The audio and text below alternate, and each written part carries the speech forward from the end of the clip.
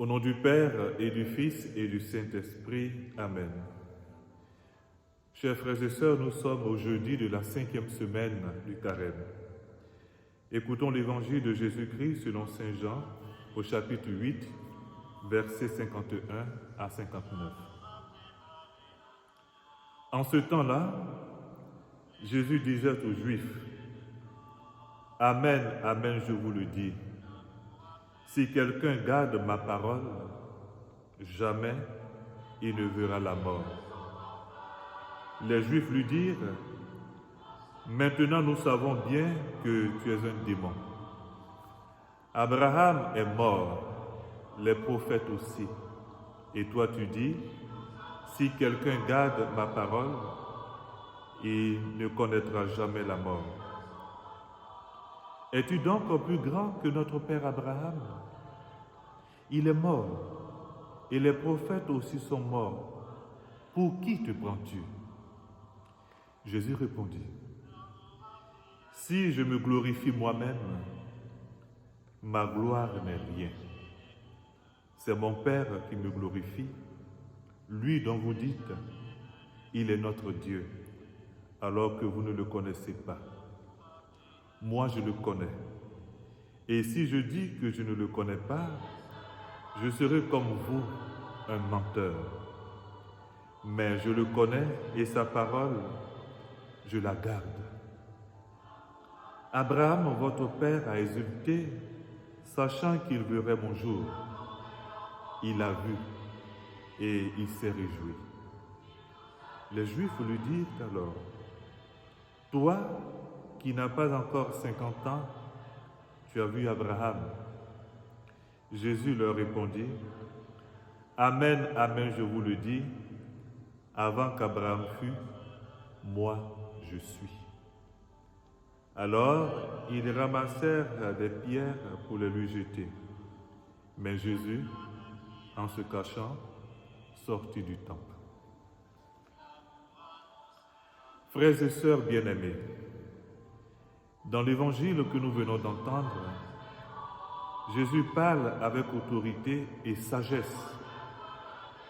Il invite ceux qui l'écoutent à une profonde réflexion sur la nature de la vie éternelle et sur la nécessité de croire en lui comme le Messie, le Fils de Dieu. Jésus commence par affirmer: en vérité, je vous le dis, si quelqu'un garde ma parole, il ne verra jamais la mort.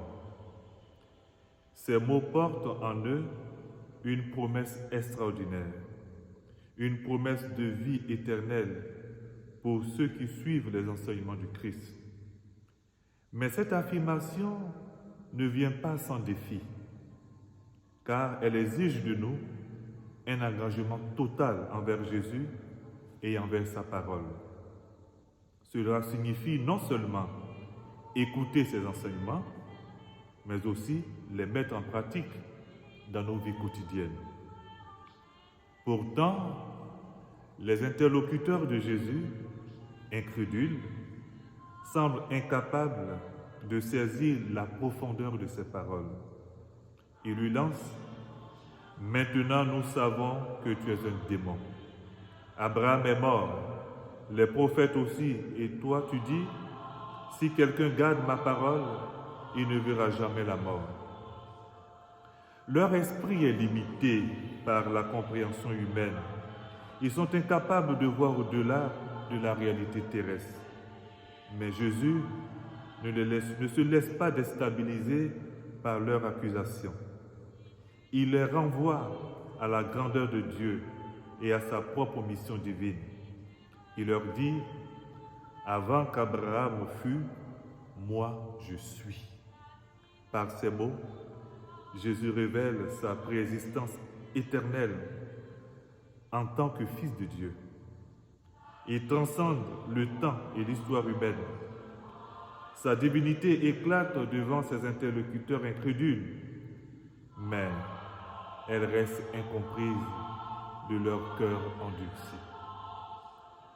Mes frères et sœurs, aujourd'hui encore, nous sommes confrontés à la même invitation à croire en Jésus-Christ comme le chemin, la vérité et la vie.